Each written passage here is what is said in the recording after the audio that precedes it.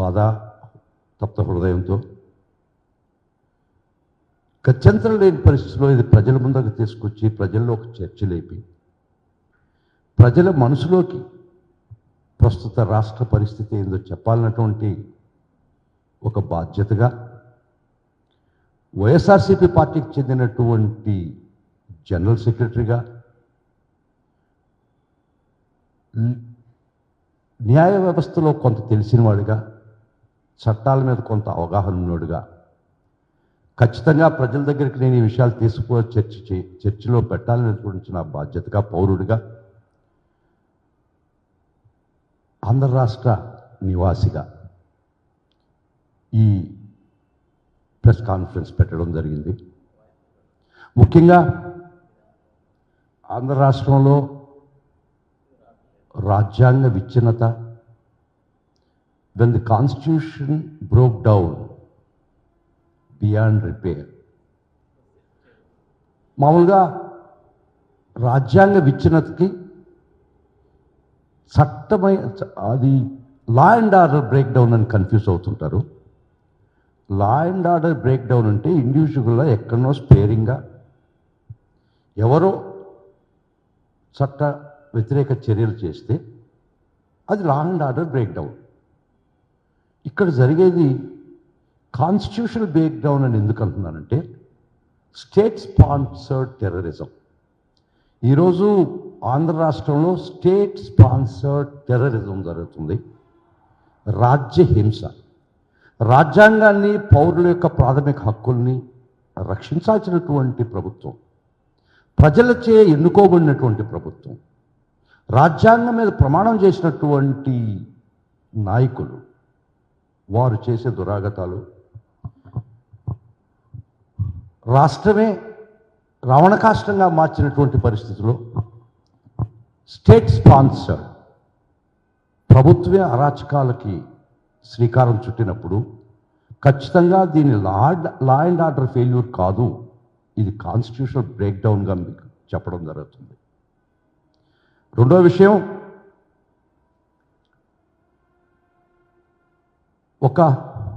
నేను చెప్పబోయే రెండో విషయం, మీడియా ముసుగులో మాఫియా రాజ్యం స్థాపించి మాఫియా లాగా ఎదిగి ఈ ప్రభుత్వాన్ని తన గుప్పిట్లో పెట్టుకొని వ్యవస్థలు నిర్వీర్యం చేస్తున్నటువంటి ఈ మార్గదర్శి financiers, Margadarsi chit funds and Eenadu more particularly ఆ విషయం కూడా చర్చించాల్సిన అవసరం ఉంది. ముఖ్యంగా చాలా దురదృష్టకరమైన పరిస్థితి మీ ముందర పెడుతున్నాను. ఆంధ్ర రాష్ట్రంలో ఎలక్షన్ రిజల్ట్స్ మేబీ 11 o'clockకి తెలుగుదేశం ప్రభుత్వానికి 10:30కే తెలుగుదేశం ప్రభుత్వానికి అనుకూలంగా రిజల్ట్స్ వస్తున్నాయి అనే పరిస్థితి నుంచి మొదలుపెట్టి ఈరోజు దాకా ఇంకా కొరవ 4 ఏళ్ళు కూడా చేస్తారేమో. ఆస్తులు ధ్వంసం చేశారు, నో పోలీస్, వ్యక్తుల్ని చంపేశారు, నో పోలీస్, గ్రామాలు ఖాళీ చేయించారు, తరివేశారు, నో పోలీస్. నాకు తెలిసి చరిత్రలో ఉగాండాలో ఇడి అమీన్ కొన్ని జాతుల్ని ఆ దేశాన్ని నుంచి తరివేయడం జరిగింది. అదే పరిస్థితి ఈరోజు ఆంధ్రప్రదేశ్లో ఉంది. నేనేదో గాల్లో చెప్పటం లేదు, గాల్లో మాట్లాడటం లేదు, నేను చట్టపరంగా వాస్తవాలు మీ ముందు పెట్టడం జరిగింది. మాచర్ల కాన్స్టిట్యుయెన్సీలో పిన్నెల అనే గ్రామం ఉంది. అక్కడ మైనారిటీ సోదరులైనటువంటి ఒక వర్గాన్ని గ్రామాన్ని నుంచి టోటల్గా ఎన్ బ్లాక్గా తరివేయడం జరిగింది. వాళ్ళ ఆస్తులు స్వాధీనం చేసుకోవడం జరిగింది. పోలీసులు ఫిర్యాదు చేశాం, పోలీసులు చేతులు ఎత్తేసిన ఏం చేయలేము. పోలీసులే బ్రతిలాడుతున్నారు వాళ్ళని, ఊర్లోకి రాబాకండి, ఊర్లోకి వస్తే చంపేస్తారు. మేము ఏమీ చేయలేం ఈ ప్రభుత్వం అని చెప్పినటువంటి పోలీసే చెప్తుంటే ఏం చేయాల్సిన పరిస్థితి మీ ముందర ఆలోచించండి. మీ ప్రజలారా మీరే ఆలోచించండి. మరొక విషయం, మరీ దురదృష్టకరమైన విషయం, వీళ్ళు సామాన్యమైన ప్రజలు, వీళ్ళ సంగతి కూడా పక్కన పెడదాం. తాడిపత్రి అనే కాన్స్టిట్యుయెన్సీలో ఎక్స్ఎమ్మెల్యే పెద్దారెడ్డి అని 19 నుంచి 24 దాకా ఎమ్మెల్యేగా ఉన్నటువంటి వ్యక్తి, అతన్ని కాన్స్టిట్యుయెన్సీ బహిష్కరణ, తాడిపత్రిలోకి రావడానికి లేదు అని హుకుం జారీ చేస్తే గత సుమారు 7 నెలల నుంచి తన నియోజకవర్గం హెడ్ క్వార్టర్స్ పోలేనటువంటి పరిస్థితి. వారి మీద కేసులు పెట్టారు. పెడితే ముందస్తు బెయిల్ కూడా వారు పొందడం జరిగింది. ఆ బెయిల్లో 15 రోజులు మాత్రమే, బెయిల్ ఇచ్చిన నుంచి 15 రోజులు మాత్రమే గ్రామంలోకి తాడిపత్రిలోకి ఎంటర్ కాకూడదు అనేది ఆర్డర్. 15 రోజులు పోయినాయి. 7 నెలలుగా తన కాన్స్టిట్యుయెన్సీలో, తన కాన్స్టిట్యుయెన్సీ హెడ్ క్వార్టర్స్లో అడుగు పెట్టలేనటువంటి పరిస్థితి. పబ్లిక్గా మీకు చూపిస్తాను. కాన్స్టిట్యుయెన్సీలోకి వస్తే, తాడిపత్రిలోకి వస్తే చంపేస్తాను అని ప్రస్తుతం అధికారంలో ఉన్నటువంటి ఒక వ్యక్తి చెప్తుంటే, పోలీసుకు ఫిర్యాదు చేస్తే పోలీసు పట్టించుకోకపోతే ఏమైతే అవద్ది, నేను నా కాన్స్టిట్యుయెన్సీలోకి పోతాను, నా ప్రజలకు దగ్గర ఉంటానని పోదలుచుకుంటే పోలీసు అరెస్ట్ చేసి అతను హౌస్ అరెస్ట్ చేస్తుంది ఆయన గ్రామంలో. Is it not is fundamental right? తన కాన్స్టిట్యుయెన్సీలో భారత పౌరుడుగా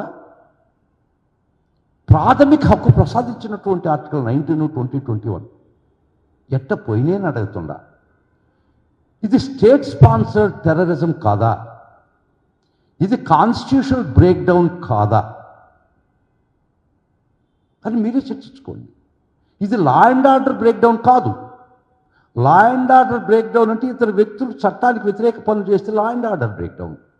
ఇక్కడ చట్టమే, ప్రభుత్వమే ప్రాథమిక హక్కులు కాలరాస్తుంటే ఒక ఎక్స్ఎమ్మెల్యే పరిస్థితి చెప్తుండా. తన కాన్స్టిట్యుయెన్సీలోకి వస్తే చంపేస్తామని పబ్లిక్గా బెదిరిస్తుంటే కూడా కళ్ళప్పగిచ్చి చూస్తుంది అన్నటువంటి ఈ ప్రభుత్వ చర్యలు ఏమందాం. సరే, న్యాయస్థానాన్ని ఆశ్రయించాం. గత 7 నెలలుగా మా యొక్క రోదన, ఆవేదన, ఆ పిటిషన్ ఎక్కడ వేసిన గొంగళి అక్కడే ఉన్నట్టుంది. చట్టంలో చాలా ఫ్లవరీ జార్గన్, లీగల్ జార్గన్ ఒకటి ఉంది.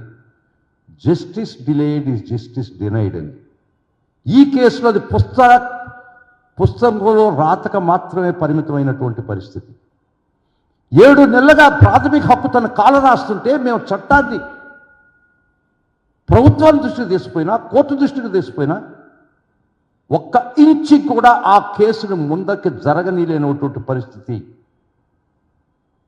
సాయశక్తులా న్యాయ పోరాటం చేస్తున్నా కూడా ఒక్క ఇంచి కూడా న్యాయం వైపు ఆ కేసును తీసుకుపోలేనటువంటి దురదృష్టకరమైనటువంటి పరిస్థితిలో ఈ వ్యవస్థలో కొట్టుమిట్టాడుతున్నాం. ఇది కాన్స్టిట్యూషనల్ బ్రేక్ డౌన్ కాదా? నిన్న మీకు అందరికీ తెలుసు,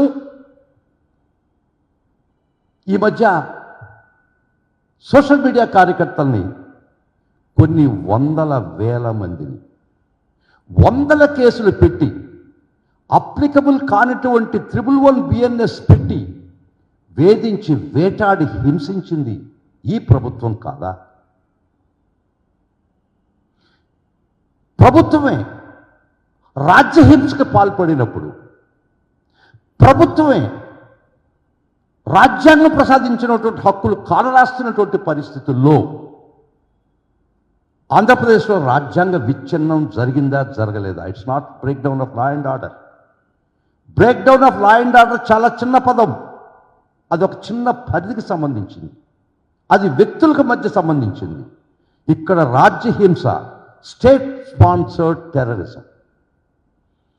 ఈ రోజున పెట్టండి, ఒక కమిషన్ అపాయింట్ చేయండి. గ్రామాలను తీసుకుపోతా, నేను దగ్గరుండి తీసుకుపోతా. ఎన్ని గ్రామాల్లో ప్రజలు తరివేసి వాళ్ళ ఆస్తులు స్వాధీనపరుచుకొని వాళ్ళ పసుగనాదులు మీరు లాగేసుకొని వాళ్ళ ఇళ్లను మీ స్వాధీనం చేసుకునేటువంటి గ్రామాలు నేను ఎన్ని చూపిస్తానో రండి, ఎవరైనా రండి. ఈ వ్యవస్థ మీద నమ్మకం ఉండే ఒక కమిషన్ రండి, పోతాం, చూస్తాం, ఆంధ్ర రాష్ట్రం అంతా తిరగదాం.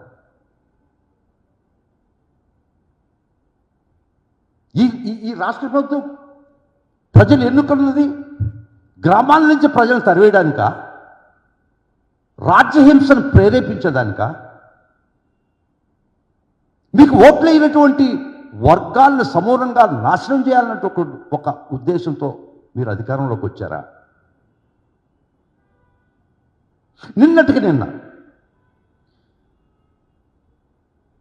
ఒక కేసులో, నేను కేసు పూర్వాపరాలు మాట్లాడటం లేదు, తప్ప రైట్ అని చెప్పటం లేదు, న్యాయమా అన్యాయమా మాట్లాడటం లేదు, కానీ crime number 137 of Gannavaram PS Telugu Desam party office మీద దాడి. అది I'm not getting in to the details, I'm not saying whether it's right are wrong because it is sub judice. ఆ కేసులో కొంతమంది ముద్దాయిల పేర్లు ఎఫ్ఐఆర్లో ఉన్నాయి. తర్వాత వేరే వాళ్ళని యాడ్ చేశారు, ఒక 3 ఏళ్లకి వేరే వాళ్ళని యాడ్ చేశారు యాడింగ్ మెమోతో. అంతవరకు బాగానే ఉంది. దానిలో వల్లభనేని వంశీని కూడా ఒక ముద్దాయిని చేశారు.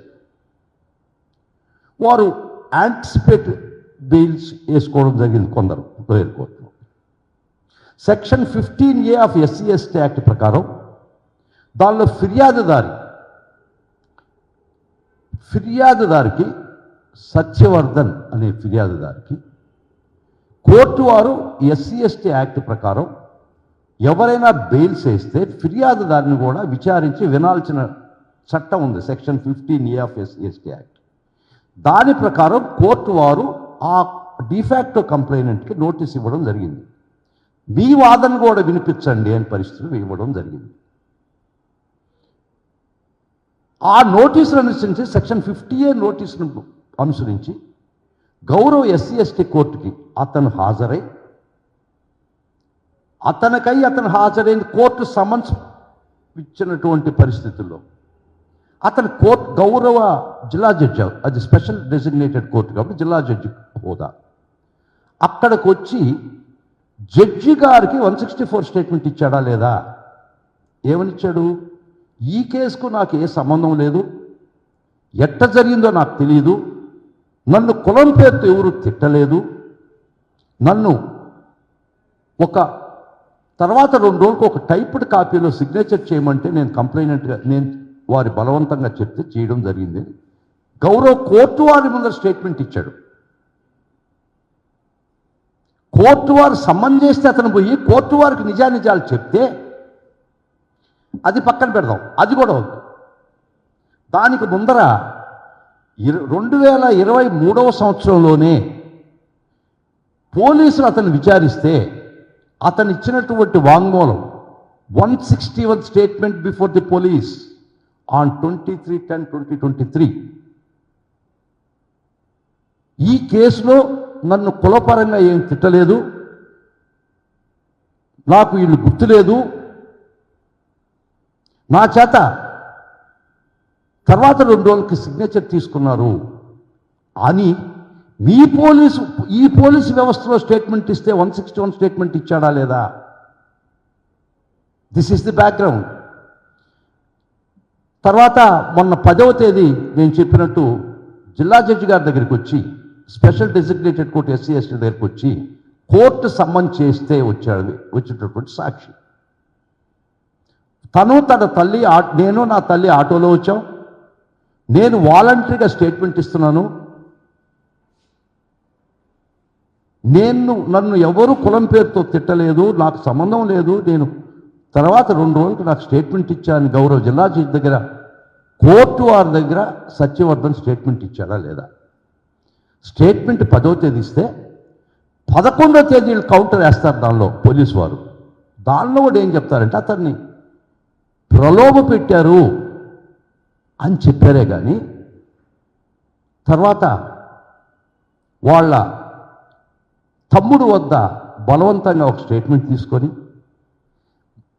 మా అన్నని చంపేయడానికి తీసుకుపోయారని చెప్పి ఒక స్టేట్మెంట్ ఇచ్చి ఒక కేసు క్రైమ్ నెంబర్ 86 రిజిస్టర్ చేసి, సరే ముద్దాయిలని చెప్పేవాడిని వేటాడారు, పక్కన పెడదాం. ఒక్క సెకండ్ నాకు టైం ఇస్తే ఒక్క చూపిస్తాను. 1 సెకండ్ ప్లీజ్. వారి ప్రకారం వాళ్ళ తమ్ముడి చేత ఒక తప్పుడు రిపోర్ట్ ఇప్పించి హింసించి మా అన్నను చంపేసేదానికి కిడ్నాప్ చేశారు, సాక్ష్యం బలవంతం చెప్పించారని పోలీస్ వర్షంలో అతన్ని 2 డేస్ కిందట వాళ్ళ ఇంటిలో, వాళ్ళ బంధువుల ఇంట్లో అతను పోలీస్ దెబ్బకు భయపడి పారిపోయి విశాఖపట్నంలో వాళ్ళ బంధువుల ఇంట్లో అతను తలదాచుకున్నాడా లేదా? ఇది ఒక్కసారి చూడండి. ఒక ముద్దాయిని వేటాడి హింసించి లాక్కొని వచ్చినట్టు he was dragged like a dog.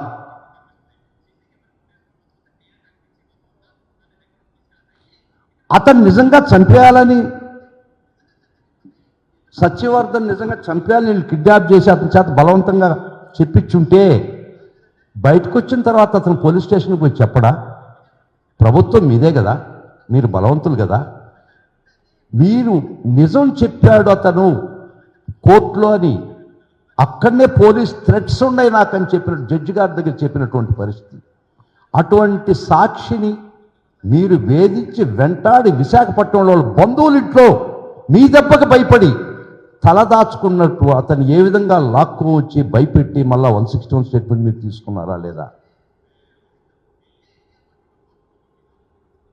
ఈ విధంగా రాజ్యహింస ప్రేరేపిస్తున్నటువంటి ఈ ప్రభుత్వం ప్రజల ప్రాథమిక హక్కులు నిర్దాక్ష్యంగా కాళరాస్తున్నటువంటి ప్రభుత్వం, ప్రతి ఒక్కరికి కాళరాత్రి చూపిస్తున్నటువంటి ఈ ప్రభుత్వం ఈ రాష్ట్రంలో కాన్స్టిట్యూషనల్ బ్రేక్ డౌన్ జరిగిందా లేదా అని మీ ముందర అడుగుతున్నా.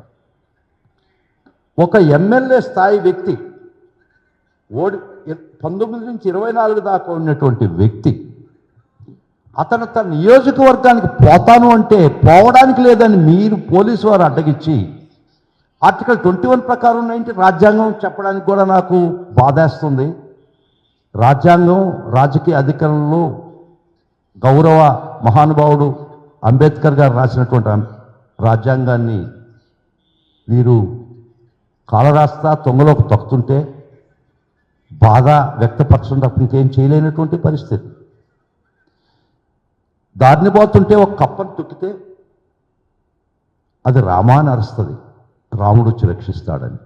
ఇక్కడ రాముడే కప్పను తొక్కితే ఆ కప్ప ఎక్కడికి పోవాలా? ఒక వ్యక్తిగా ఎవరైనా ఏవైనా చట్ట వ్యతిరేక చేసి నా మీద దాడి చేస్తే నేను పోలీస్ దగ్గరికి పోతాను. ఇక్కడ పోలీసే ఈ ప్రభుత్వం యొక్క ఆదేశాలతో డైరెక్ట్గా ఈ ప్రభుత్వ ప్రమేయంతో మీరే రాజ్యహింసకు పాల్పడుతుంటే ఇక్కడికి పోవాలి ప్రజలు. రండి, నేను చూపిస్తా ఏ గ్రామాల్లో ఏం అరాచకాలు చేశారో రండి. రాణిస్తారా అనేది మటుకు నాకు భయం ఉంది. నేను ఖచ్చితంగా ఈ చూపించడానికి కూడా మీకు ప్రజలకు తెలిపేదానికి కూడా పోదాం, ఏం చేస్తే అది చేస్తారు. ఫ్యాక్ట్ ఫైండింగ్ కమిటీ పోదాం. నా దగ్గరికి వచ్చి చాలా డీటెయిల్స్ ఉన్నాయి. కొన్ని విలేజెస్ నేను తీసుకుపోతా, రండి. మనల్ని కూడా అంతం చేస్తే కానీ ఎవరో ఒకరు సమిధిలో అవుదాం. ఎవరో పిల్లి బిడ్డ గంట కడతాడని ఏడ్ చేయొద్దు. పోదాం, ఫ్యాక్ట్ ఫైండింగ్ కమిటీ పోదాం. ఆ గ్రామం యొక్క ప్రజలు ఆ గ్రామంలో ఉండారా, ఇళ్లలో ఉండారా, వాళ్ళ ఆస్తులు స్వాధీనంలో మీరు పరుచుకున్నది నేను చూపిస్తారండి. ఆ గ్రామాలకు పోనిస్తే అట్లీస్ట్ పోయేదానికి ప్రయత్నిస్తాం. అప్పుడైనా ఈ ప్రభుత్వం ఈ యంత్రాంగం, ఈ పోలీసు యంత్రాంగం అప్పుడైనా పోనీ లేదా డౌట్ఫుల్. ఇంత కాన్స్టిట్యూషనల్ బ్రేక్ డౌన్ జరుగుతుంటే మీ అధికారం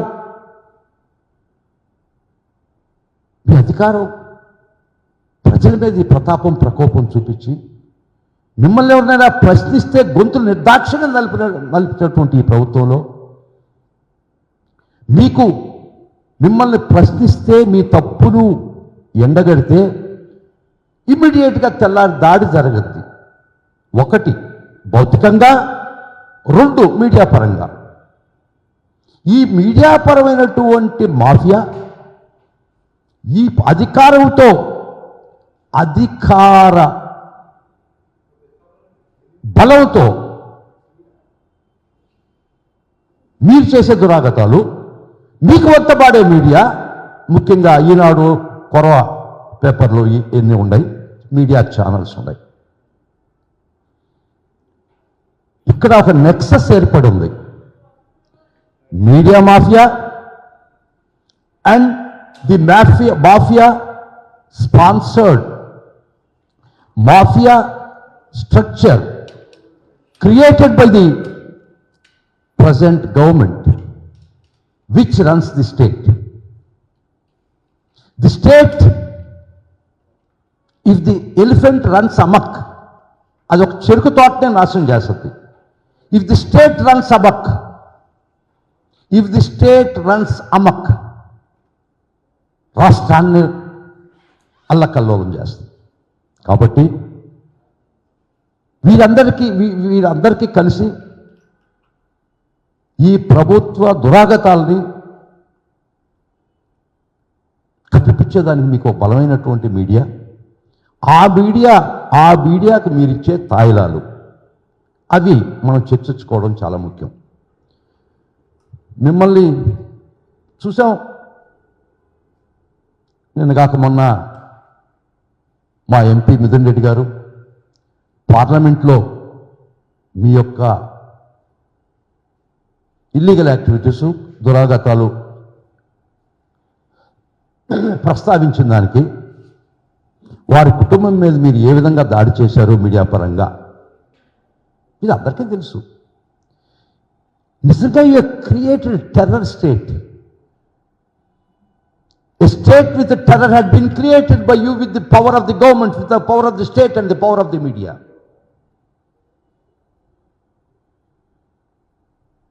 ఈ పరిస్థితుల్లో గ్రామాలు ఆస్తులు ఒక ఏదో బుక్ అంటారు, ఏదో బుక్, ఒక రాజ్యాంగాన్ని, ఒక ప్రైవేట్ సైన్యాన్ని మీరు పెంచి పోషిస్తుంటే ఇది మంచిది కాదు. ఎల్లకాలం మీరు అధికారంలో ఉండరు, గుర్తుపెట్టుకోండి.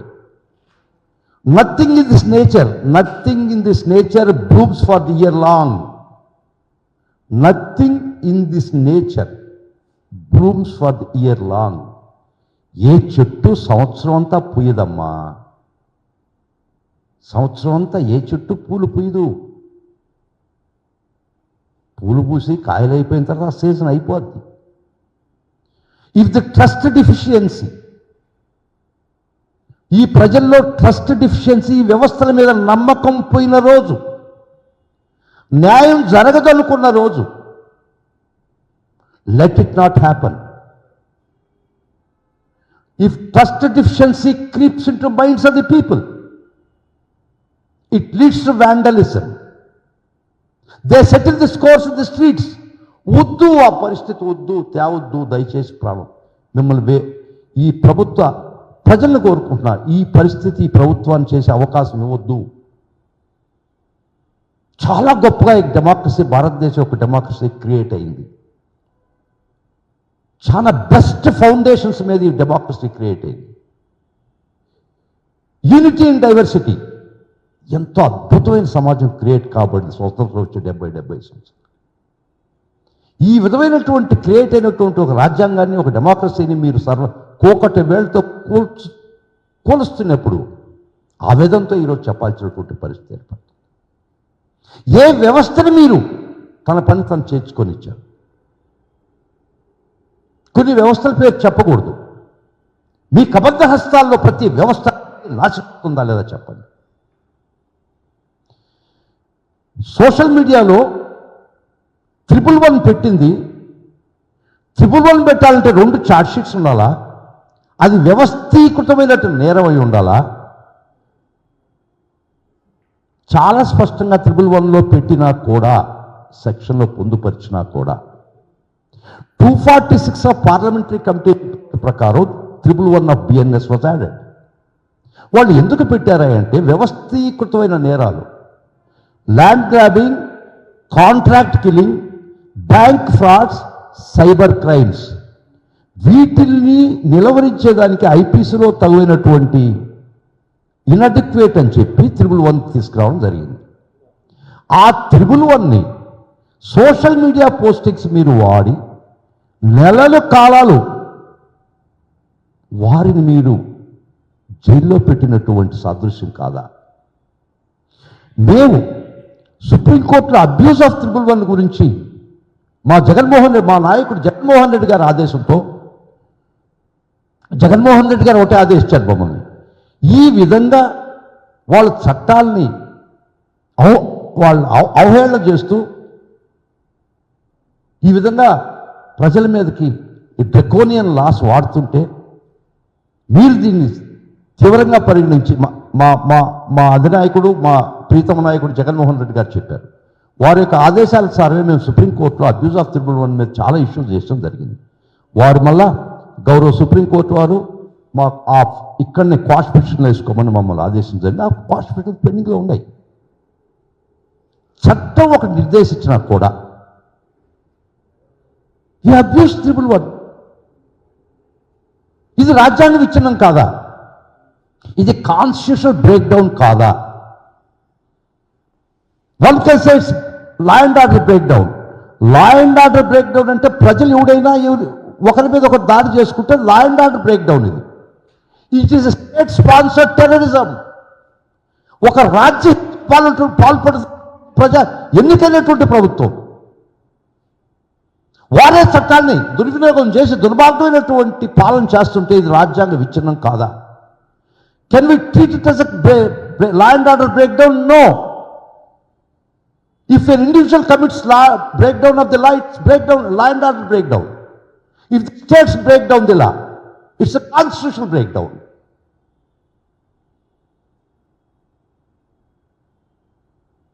ఈ విధమైనటువంటి పరిస్థితుల్లో కొన్ని వీడియోలు మీకు చూపించాల్సి వస్తుంది. అధికారంలో ఉన్నట్టు ఒక వ్యక్తి ఒక మాజీ ఎమ్మెల్యేని ఈ తాడిపత్రిలో అడుగు పెడితే చంపేస్తా అని పబ్లిక్గా, I can play it all these things before you. ప్రజలారా చూడండి, మీరు కూడా చూసుంటారు ఆ స్టేట్మెంట్. తన కాన్స్టిట్యుయెన్సీకి తను పోదలుచుకుంటే పోలీస్ అడ్డుకిచ్చేది నాకు అర్థం కాలేదు. తన ఒక ఎమ్మెల్యే స్థాయి వ్యక్తికే ఈ విధమైనటువంటి ఆటంకాలు చేస్తే సామాన్యుడి పరిస్థితి ఏంది ఈ రాష్ట్రంలో? మీరు ఒక స్లోగన్ చెప్పేవాళ్ళు, Andhra is in safe hands అంటే. దీన్ని Andhra in the safe hands అని పెట్టామా? Just give me pause few seconds, I will show. ఒక నిర్భయంగా నిస్సిగ్గుగా అడుగు పెడితే తాడిపత్రిలో చంపేస్తామన్నటువంటి పరిస్థితుల్లో మాట్లాడుతుంటే ఏం చేయాలో ఆలోచించండి. ఇది ప్రజల్లో ట్రస్ట్ డిఫిషియన్సీ కింద రాదా? వ్యవస్థల మీద నమ్మకం పోవా? మన డెమోక్రసీ మనకి ఇచ్చిన విలువలతో ఇంకా ప్రజలు ఆ పరిస్థితి రాలే. చాలా ధన్యవాదాలు. ఆంధ్ర రాష్ట్ర ప్రజలు చాలా ఓర్పుతో ఉన్నారు, చాలా గొప్పవారు.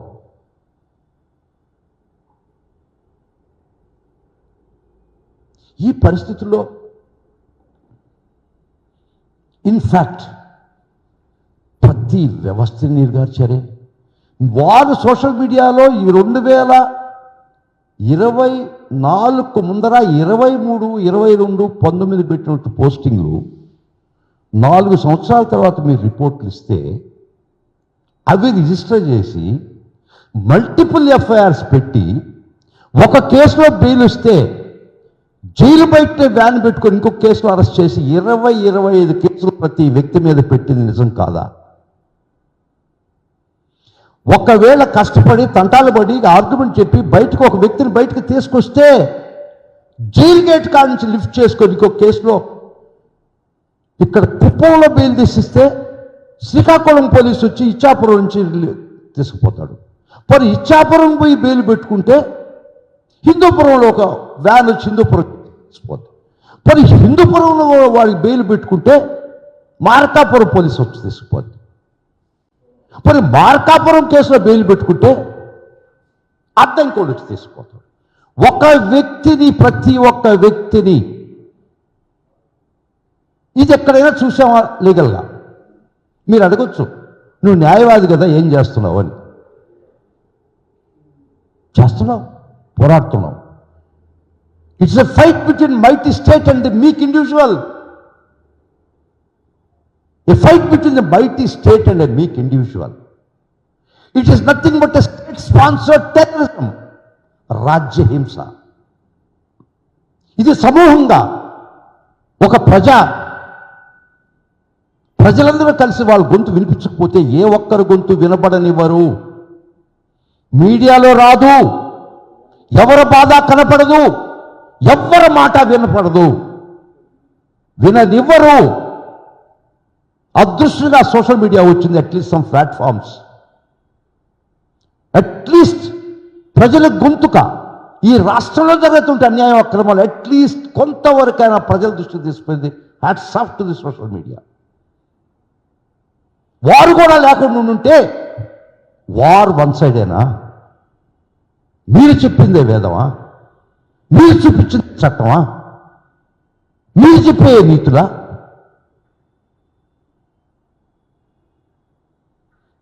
ఇది ఒక ఇండివిజువల్ యాగనీ కాదు. I'm the voice of the voiceless people. కోట్లాది మంది గొంతు లేనటువంటి, గొంతుకు వినిపించలేనటువంటి ప్రజల తరఫున మాట్లాడుతున్నా. It is not only my voice, it is the voice of the voiceless people. కొన్ని కోట్ల మంది వీళ్ళ కర్కశమైనటువంటి అధికారం బోట్ల కింద నలిగిపోతున్నటువంటి పరిస్థితి ఈరోజు. ప్రజలారా గమనించండి, అధికారం ఇచ్చింది మీకు పగ ప్రతీకారాల కోసమా? ప్రజల మేలు కోసమా? పాలిస్తున్నారా మీరు?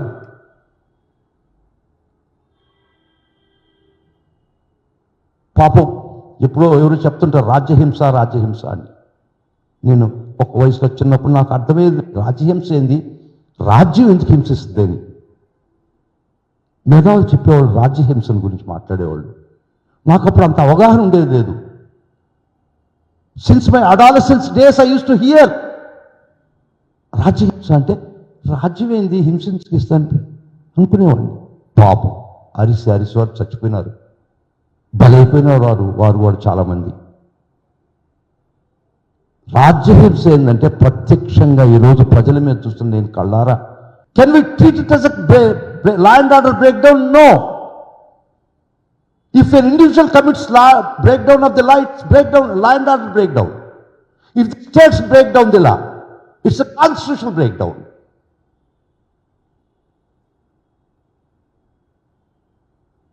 ఈ విధమైనటువంటి పరిస్థితుల్లో కొన్ని వీడియోలు మీకు చూపించాల్సి వస్తుంది.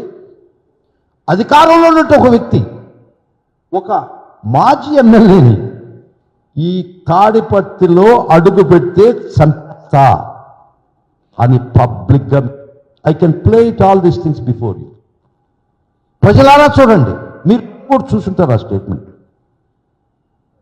తన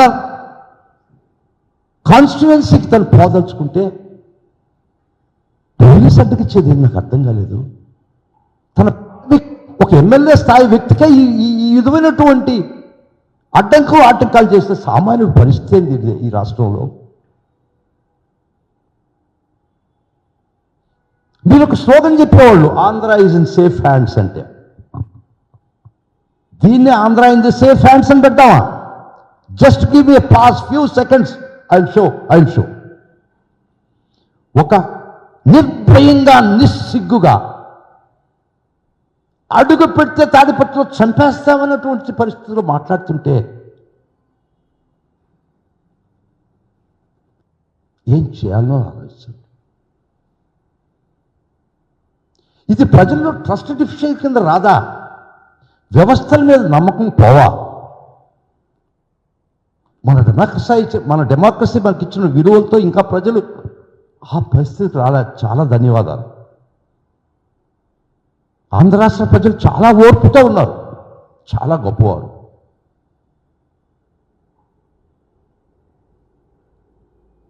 ఈ పరిస్థితుల్లో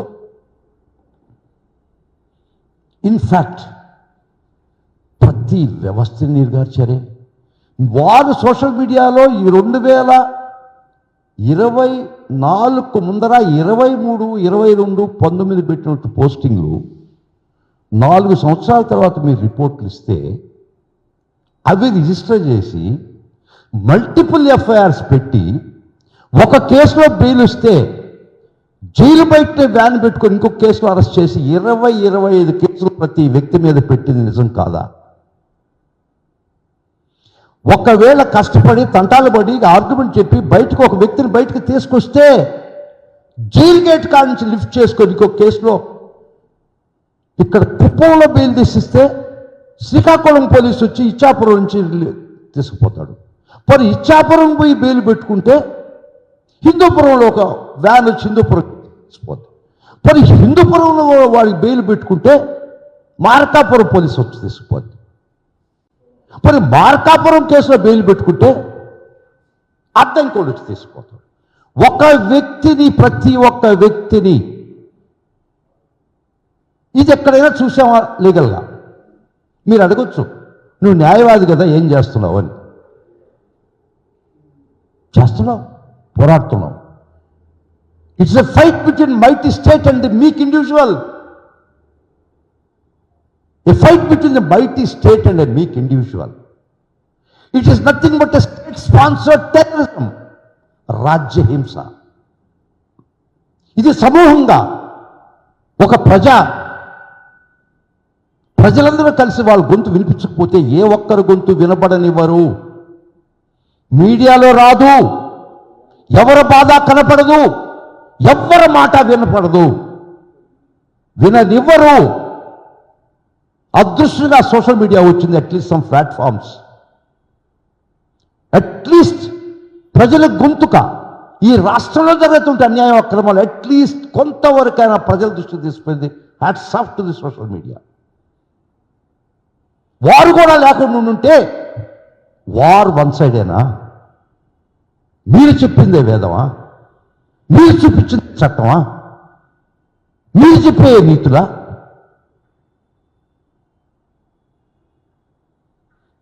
ఇది ఒక ఇండివిజువల్ యాగనీ కాదు. I'm the voice of the voiceless people. కోట్లాది మంది గొంతు లేనటువంటి, గొంతుకు వినిపించలేనటువంటి ప్రజల తరఫున మాట్లాడుతున్నా. It is not only my voice, it is the voice of the voiceless people. కొన్ని కోట్ల మంది వీళ్ళ కర్కశమైనటువంటి అధికారం బోట్ల కింద నలిగిపోతున్నటువంటి పరిస్థితి ఈరోజు. ప్రజలారా గమనించండి, అధికారం ఇచ్చింది మీకు పగ ప్రతీకారాల కోసమా? ప్రజల మేలు కోసమా? పాలిస్తున్నారా మీరు?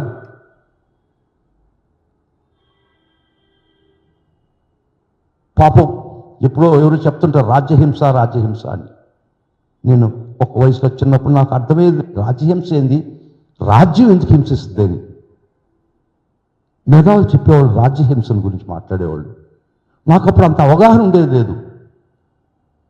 Since my adolescence days I use to hear రాజ్యహింస అంటే రాజ్యం ఏంది హింసించుకిస్తాను అనుకునేవాడిని. పాపం అరిసి వారు చచ్చిపోయినారు, బలైపోయినారు వారు చాలామంది. రాజ్యహింస ఏంటంటే ప్రత్యక్షంగా ఈరోజు ప్రజల మీద చూస్తున్న నేను కళ్ళారా న్యాయ వ్యవస్థలో ఉంటాను కాబట్టి చూడకుండా వ్యవస్థలు నిర్వీర్యం చేసి ఒక ప్రభుత్వాన్ని గుప్పెట్లో పెట్టుకొని ఆ ప్రభుత్వ వ్యతిరేకల మీద నిత్యం విషము చిమ్మి అబద్ధాలు ప్రచారం చేసి అన్యాయమైనటువంటి రాతలు రాసి ప్రజల మనసులో విషము నింపి నింపి నింపి నింపి ప్రభుత్వాన్ని కోల్చడం, ప్రభుత్వాన్ని గద్దెనెక్కడం మా జన్మ హక్కుగా భావించేటటువంటి మీడియా సంస్థ. మేము అనుకుంటే ప్రభుత్వాన్ని గద్దె దించుతాం, కావాలనుకుంటే ఏ ప్రభుత్వాన్నైనా ఏ పార్టీనైనా ప్రభుత్వానికి ఎక్కిస్తాం, అధికారంలో పెడతాం. మేము కాదనుకుంటే ఏ పార్టీనైనా అధికారం నుంచి దింపే శక్తి మాకుందన్నటువంటి ఒక అహంకారం, ఒక మదం. దీనితో మీడియా, వి నో మాఫియా అనే వర్డ్ ఇటలీ సిసిలీలో పుట్టింది. మాఫియా, ఇటాలియన్ సిసిలీ ప్రజలు కూడా మాఫియా స్ట్రక్చరు ఏ విధంగా ఫోర్టిఫై చేశారు, వీళ్ళ దగ్గరికి వచ్చి మళ్ళా వీళ్ళు డాక్టరేట్ చేశారు మాఫియా స్ట్రక్చర్ ఎట్లా డెవలప్ చేయాలని. ఒక్క చిన్న సాదృశ్యం, గత 18 సంవత్సరాలుగా వారు చేస్తున్నటువంటి ఒక చీకటి వ్యాపారం మార్గదర్శి చిట్స్, మార్గదర్శి ఫైనాన్షియర్స్, 2 ప్యారలల్ ఆర్గనైజేషన్. ఎవరు కన్ఫ్యూజ్ కాబోకండి. మార్గదర్శి చిట్ అనేది ఒక ఆర్గనైజేషను, ప్యారలల్గా మార్గదర్శి ఫైనాన్షియర్స్.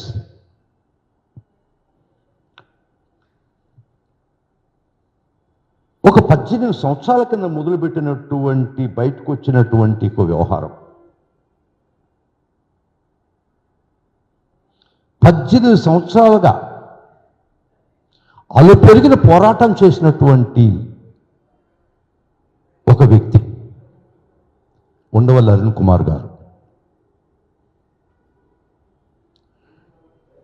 ఈ దేశంలో ఈ వ్యవహారం, ఈ తంతు దీని గురించి ఎవ్వరూ ఏలెత్తి చూపలేనటువంటి పరిస్థితి. ఇది తప్పు, ఇది అక్రమము అని చేసింది 4 వ్యక్తులు మాత్రమే. ఒక వ్యక్తి మహానుభావుడు, మహానేత రాజశేఖర రెడ్డి గారు. 2 మా నేత వారి కుమారుడు జగన్మోహన్ రెడ్డి గారు. 3 ఉండవల్లి అరుణ్ కుమార్ గారు. 4 రిజర్వ్ బ్యాంక్ ఆఫ్ ఇండియా. 4 మాత్రమే. ఒకటి ఆర్గనైజేషన్, 3 వ్యక్తులు. మీకు Sharada chits and scams west బెంగాల్లో జరిగింది, మీకు అందరికీ తెచ్చినటువంటి పరిస్థితి.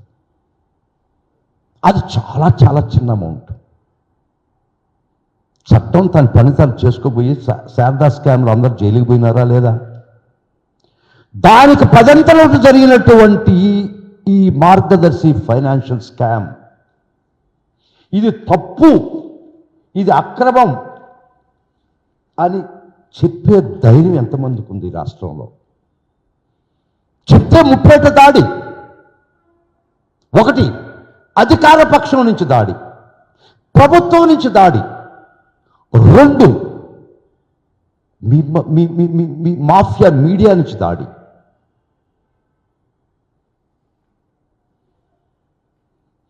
రెండు 2006 నాటికి 2610 కోట్లు, 2.75 లక్షల మంది depositors. Once again I tell you, even by 2006 మీరు అక్రమంగా సేకరించినటువంటి డిపాజిట్ రూపంలో 2610 కోట్లు, 2.75 లక్షల మంది డిపాజిట్ ద్వారా మీరు సేకరించారు. సెక్షన్ 45S, ఇది క్లారిటీ కావాల్సి వస్తుంది. ఇది HUF ఫ్యామిలీ, హిందూ అవిభక్త కుటుంబం. ఈ ఆర్గనైజేషన్ HUF, ఎక్సెప్ట్ బ్యాంక్స్, బ్యాంకులకు మాత్రమే డిపాజిట్లు సేకరించే హక్కు, అధికారం ఉన్నది. ఇది 1984లోనే రిజర్వ్ బ్యాంక్ తెచ్చిన చట్టం. మళ్ళా 2007లో మరలా చెప్పింది 45S పెట్టి ఒక బ్యాంక్స్ మాత్రమే డిపాజిట్లు సేకరించేదొచ్చు, తర్వాత ఇంకెవ్వరూ సేకరించడానికి లేదు అని. అట్ట సేకరిస్తే 45S కింద వారు శిక్షార్హులు, తప్పు 53 and 58 ప్రకారం వాళ్ళు శిక్షార్హులు అని రిజర్వ్ బ్యాంక్ చట్టం చెప్తుంది. వీళ్ళు 2006 నాటికే 2610 కోట్లు, ఇప్పుడు ఎంత ఉందో నాకు I'm not sure of the exact figure today. ఒక్కరైనా ఏ వ్యవస్థ అయినా 1000 కోట్లు చట్ట వ్యతిరేకంగా డిపాజిట్లు సేకరిస్తే అడిగే నాదుడు ఉండాడా? శారదా స్కామ్ మీకు చిట్ ఫండ్స్, అది కూడా శారదా చిట్ ఫండ్స్ మీకు ఐడియా ఉంటుందో లేదు, ఫైనాన్షియల్స్ వారు కూడా చాలా తక్కువ అమౌంట్ సేకరిస్తే చట్టం తన చాలా కఠినంగా వ్యవహరించింది. Sahara scam, Subrata Roy is also very big man, వారు కూడా వారు తప్పుకు శిక్ష అనుభవించారు. కానీ ఏకైక వ్యక్తి దేశంలో ఇంత పెద్ద స్కామ్ చేసినా కూడా రామోజీరావు ఈ చట్టం తన ఏలు ఎత్తి చూపే ధైర్యం ఉండిందా? ఏ వ్యవస్థ అయినా కూడా అడ్డుపడిందా? మరలా చెప్తున్నా, ప్రజా శ్రేయస్సు కోసం ప్రజల నుంచి ఫిర్యాదులు వచ్చిన తర్వాత పేపర్ కొన్ని వ్యవస్థలు వీళ్ళు తప్పు ఎత్తి చూపితే మహానుభావుడు మహానేత ఇది చాలా ప్రజలకు చాలా ఇబ్బంది కలగద్దని చెప్పి 2006లో GOMS నంబర్ 801 19/12/2006 ఒక జియో వచ్చింది. దీనిలో state government hereby authorize Krishnaraju IPS inspector general of police CID as the authorized officer to file application in courts of jurisdiction, take other actions as enjoined under the provisions of Reserve Bank of India Act 1934, and in particular authorize the said officer to take action on section 45(1)(58)(e) of the said act. అప్పుడు దాకా పట్టించుకున్నవాడు లేడు. వీళ్ళని నల్లేరుపై నడక నడిచినట్టే. తర్వాత మళ్ళా GOMS number 800, that is dated 19/12/2006, government has viewed with concern news items which have appeared in several newspapers, in particular the Hindu dated 3/12/2006, Eenadu dated so and 9/12/2006, and Andhra Pradesh dated, all of which suggest that Margadarshi Finances is not incorporated body and is a Hindu undivided family and is consequently not expected to raise or receive deposits from the public. These are the GOs. ఏవైనా ఈ జీవోలు issue చేస్తున్నానే కోర్టుకు పోయి stay ఇచ్చారు. మరీ విచిత్రం ఏంటంటే 31 December 2018 అది common high court last working day. ఇది చాలా ఇంపార్టెంట్. ఈ జీవోలను స్టే ఇచ్చి కేసు రిజిస్టర్ చేయడం జరిగింది. కేసు రిజిస్టర్ చేస్తే ప్రభుత్వం వారి యొక్క ఇన్వెస్టిగేషన్లో 31 డిసెంబర్ 2018 కామన్ హైకోర్టులో last working day of the common high court రెస్పాండెంట్కి ఫిర్యాదుదారుకి నోటీసులు లేకుండా వాళ్ళు క్వాష్ చేశారు 482 కింద, without hearing their arguments other side. Reserve బ్యాంకును పార్టీ చేయలేదు, దానిలో స్టేట్ ఆఫ్ ఆంధ్రప్రదేశ్ పార్టీ చేయలేదు. ఆ క్వాష్లో గుట్టు చప్పుడు కాకుండా అది క్వాష్ చేసుకోవడం జరిగింది. Without hearing either of the state government or the complainant. సాప్కన్ నీళ్ళు జరిగిపోయినాయి. తర్వాత అట్టబడి ఇట్టబడి ఆ చెవులోంచి ఈ చెవులో పడి అట్టబడి ఈయన అరుణ్ కుమార్ గారికి తెలిసింది. అప్పటికెప్పుడు నీ కాలం పూర్తి అయిపోయింది, అప్పీల్ టైం కూడా అయిపోయింది. వారు ఈ క్వాష్ మీద సుప్రీంకోర్టుకు పోవడం జరిగింది. ఆ డిలే కండోన్ చేశారు గౌరవ సుప్రీంకోర్టు వారు. వాదోపవాదం జరుగుతూ వచ్చినాయి. వాళ్ళు మళ్ళీ రిమాండ్ చేశారు ఏపీ హైకోర్టుకి. ఈ క్వాష్ కొట్టేస్తూ 31 డిసెంబర్ ఇచ్చిన ఆర్డర్ క్వాష్ చేస్తూ కొట్టేస్తూ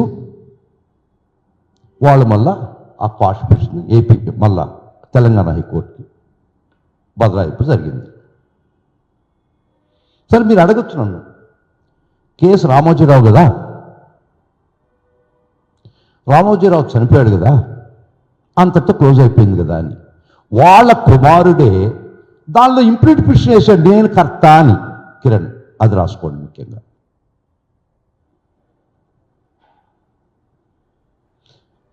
దీనిలో ఇంప్లీట్ పిటిషన్ వాళ్ళ కుమారుడైనటువంటి నాకు పూర్తి పేరు తెలియదు, అతను ఇంప్లీట్ పిటిషన్ వేశాడు నేనే కర్త అని. He stepped into the shoes of Ramoji Rao. ఆయన నేనే కర్త దీనికి అని తీసుకొచ్చాడు. దాని మీద వాదన జరిగి రామోజీరావు చనిపోయాడు కాబట్టి క్రిమినల్ కేసు అంతా క్లోజ్ కావాలని. ఇది అడ్వకేట్ వాదన.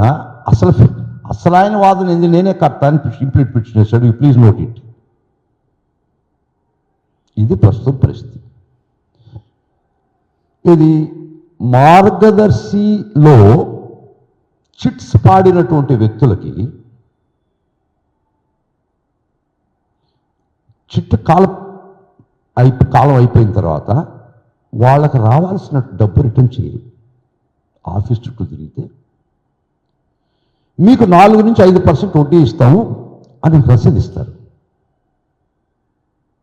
అది డిపాజిట్ సేకరణ కాదా అని అడుగుతున్నా. ఈరోజు కూడా అన్అబేటెడ్గా మీరు డిపాజిట్ సేకరిస్తున్నారు కదా, చేస్తున్నారు లేదా?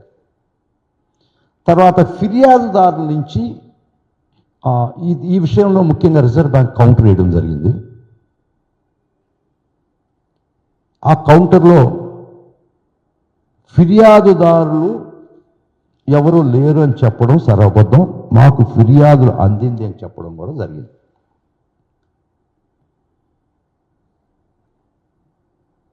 మార్గదర్శి అకౌంట్ డిపాజిట్లపై మాకు ప్రజల డిపాజిట్ల నుంచి ఫిర్యాదులు అందాయి. చట్ట విరుద్ధ డిపాజిట్ల సేకరణపై ఫిర్యాదు అందలేదన్నది అవాస్తవం. డిపాజిట్ల స్వీకరణ చట్ట విరుద్ధమని చెబుతూనే వచ్చాం. సెక్షన్ 45(s) వర్తిస్తుందని కూడా చెప్పాం.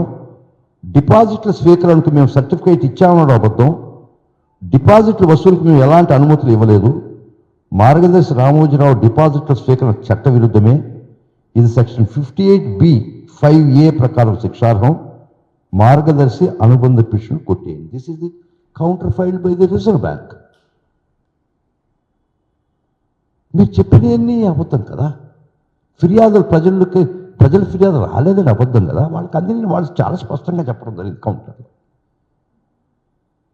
సో ఈ పరిస్థితుల్లో బేసిక్గా ది స్ట్రక్చర్ ఎట్లా డెవలప్ చేశారంటే, ఇది మార్గదర్శి చిట్స్కి వస్తాం.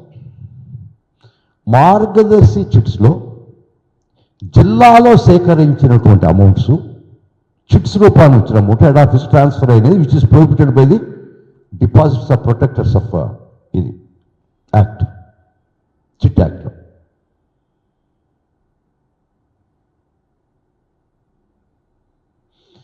ఆ వచ్చిన డబ్బులు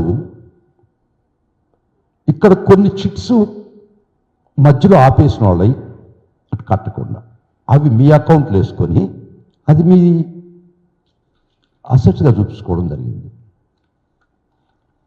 మీ బ్యాలెన్స్ షీట్లో మీ అప్పులన్నీ ఆస్తులన్నీ కూడా కరెక్ట్గా చూపించడం జరగల. ఈ డబ్బు తీసుకుపోయి మ్యూచువల్ ఫండ్స్లో ఇన్వెస్ట్ చేశారు.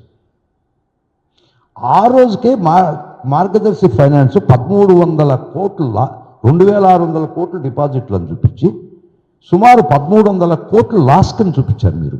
అంటే 50% వైప్ అవుట్ అయిపోయినాయి. మీ డబ్బు కాదు కదా అది, ప్రజల డబ్బు. చీటీ రూపేణా మీరు సేకరించిన డబ్బు మీరు ఇన్వెస్ట్ చేసి అది పోతే ప్రజల సొమ్ము ఏదో ఎవరో సొమ్ము ఎవరో దానం చేశారని మాకు నాటు సామెత చెప్తారు. అత్త సొమ్ము అల్లుడు దానం చేసినట్టే కదా. You are prohibited from doing that. అయినా మీ ఏ చట్టం మిమ్మల్ని తాకలేదు, ఏ చట్టం మీ సాయి కన్నెత్తి చూడలేదు. సరే, గత ప్రభుత్వంలో ఈ అక్రమాలు మరీ మితిమీరిపోయిన తర్వాత సిఐడి ఇన్వెస్టిగేట్ చేయడం మొదలు. వాళ్ళు ఈ తప్పులన్నీ తీసుకున్నారు, ఛార్జ్షీట్ కూడా వేసేశారు. ప్రతి it bit and ounce they have examined by the CID. Okay, ఇప్పుడు సిఐడి ప్రభుత్వం మారిన తర్వాత అదే సిఐడి అప్పీల్ కూడా ఇయటంలే. ప్రభుత్వం ఏం చెప్తే తానా అంటుంది. సిఐడి ఇన్వెస్టిగేషన్ మీ తప్పులు చూపి ఛార్జ్షీట్లు వేసి మీ మీద కేసులు పెడితే అదే సిఐడి చేత అప్పీల్ కూడా కూడా మీరే చేస్తున్నారు కదా. దీన్ని ఏమన్నాం? క్విట్ ప్రాకో. ఇది క్విట్ ప్రాకో కాదా? మీరు ఈ 5 సంవత్సరాలు జగన్మోహన్ రెడ్డి గారి ప్రభుత్వం మీద, వైఎస్ఆర్సీపీ మీద చిమ్మినటువంటి విషయానికి ప్రతిఫలం కదా. సింపుల్ క్విట్ ప్రాకో కాదా? మీరు కేసు ఉపసంహరణ చేసుకుంది, సిఐడి చేత చేయించింది. మీకు ఈనాడు చేసినట్టు సేవల యొక్క ప్రతిఫలమే కదా మీకు ఇచ్చింది. ప్రభుత్వం పొందినటువంటి క్విట్ ప్రాకో కాదా? ప్రభుత్వం ప్రతిఫలం పొందింది వీళ్ళ యొక్క విషరాతలతో. అధికారం బదిలీ అనే ప్రతిఫలం మీరు పొందారు, దానికి ప్రతిఫలంగా కేసులు రాయాలి. అంటే పీసీ యాక్ట్ కూడా చెప్తారు, ప్రివెన్షన్ ఆఫ్ కరప్షన్ యాక్ట్లో ప్రభుత్వ ఉద్యోగం చేయగలిచినటువంటి ఒక బెనిఫిట్ వారితో లబ్ధి పొందిగా నువ్వు పొందితే అది పీసీ యాక్ట్ కింద వస్తుంది కదా. 5, 6, 7 కింద 13 కింద వస్తుంది కదా. ఈ ప్రభుత్వం పొందినటువంటి లబ్ధి గత ప్రభుత్వంపై మీరు చల్లినటువంటి విషం, ఆ విష ప్రభావం ప్రజల్లో చొప్పించిన దానికి మీకు ఇచ్చిన ప్రతిఫలం. ప్రభుత్వం పొందింది అధికార బదిలీ. ఇక్కడ మ్యూచువల్గా క్విట్ ప్రాకోకు మీరు పాల్పడలేదా?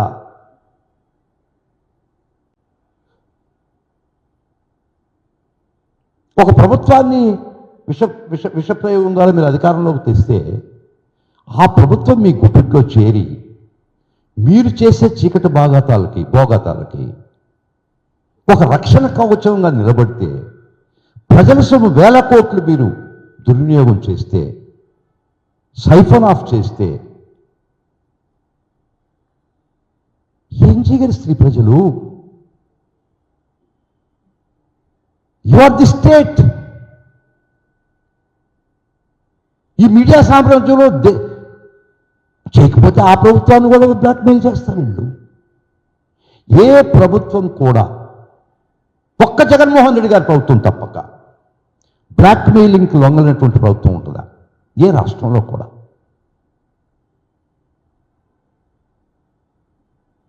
ఈ విధంగా ఎవరు మీ మీద గొంతెత్తినా, ఎవరు మీ మీద ఏలు చూపించినా మీరు ఒక ఆర్గనైజ్డ్ క్రైమ్ ప్రభుత్వం చేత చేయిస్తారు. తర్వాత మీ మీడియా వ్యవస్థ ద్వారా చేయిస్తారు.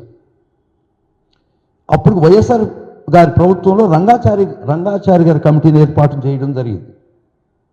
దాన్ని ఒక్క ఇంచు కూడా ముందరకు పోనీయకుండా వ్యవస్థలు మీరు మీ యొక్క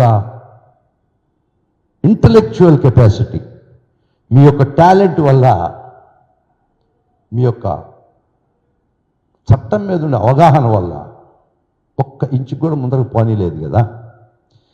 సరే, ఏ వ్యవస్థ కూడా, ముఖ్యంగా ఎగ్జిక్యూటివ్, మీ చెప్పు చేతల్లో లేకపోతే సిఐడి ఆఫీసర్సు, సిఐడి మొన్న మీ మీద కేసులు పెట్టి విచారణ జరిపిన ప్రతి ఆఫీసర్స్ మీద, ప్రతి ఒక్కరి మీద వ్యక్తిగతమైన దాడి, దుర్మార్గమైనటువంటి రాతలు మీరు ఈరోజు కూడా రాస్తున్నారు కదా. మీ సంస్థ మీద విచారణ చేసినటువంటి ప్రతి సిఐడి అధికారిని మీరు బుల్లీ చేయటం లేదా? భయపెడుతున్నారు కదా, సెలవుల మీద వెళ్ళిపోయే పరిస్థితి తీసుకొచ్చేశారు కదా, పోస్టింగ్స్ ఇవ్వనటువంటి పరిస్థితి తీసుకొచ్చారు కదా. ఈ విధంగా ఒక ప్రభుత్వం hand in glow with media mafia అయితే సామాన్యుడు మహామహా బలవంతులే మీ దెబ్బకి ముసుగేసుకునే స్థితి వచ్చినప్పుడు సామాన్య మానవుడు యొక్క రక్తం పీల్చి డిపాజిట్ రూపంలో మీరు దాన్ని వాడుకుంటున్నప్పుడు ఎవరు అడ్డుకట్టేయాలా? ఆ అడ్డుకట్ట వేయడానికి మరలా చెప్తున్న ముగ్గురు వ్యక్తులు ఒక సంస్థ మాత్రమే నిలబడ్డది. మహనీయుడు రాజశేఖర రెడ్డి గారు, వారి కుమారుడు జగన్మోహన్ రెడ్డి గారు, ఉండవల్లి అరుణ్ కుమార్ గారు and reserve bank. Jaganmohan Reddy గారు మీ దుర్మార్గాలకు అడ్డుకట్ట వేసిన దానికి వారి మీద రాసిన రాతలు వికృత చేష్టలు, వికృత రాతలు 5 సంవత్సరాలు మీరు విషయం చిమ్మలేదా?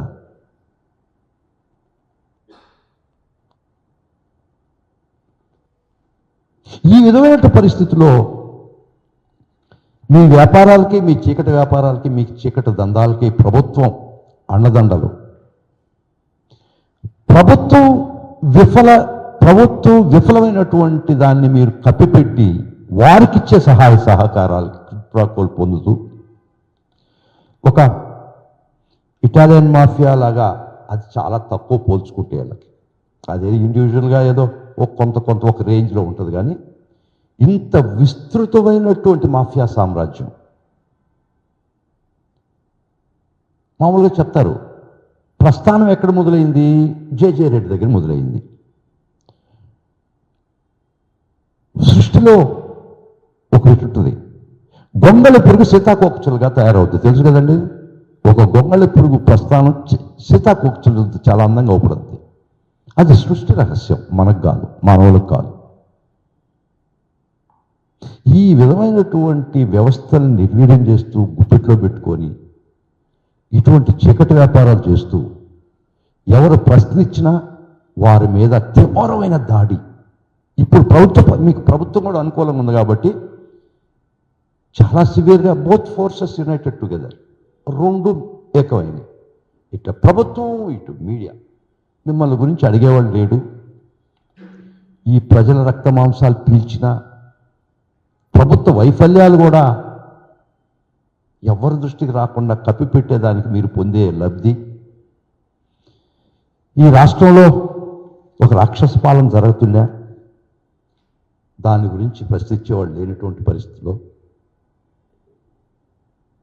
as a person who is concerned with the system, as the General Secretary of the YSR Congress Party,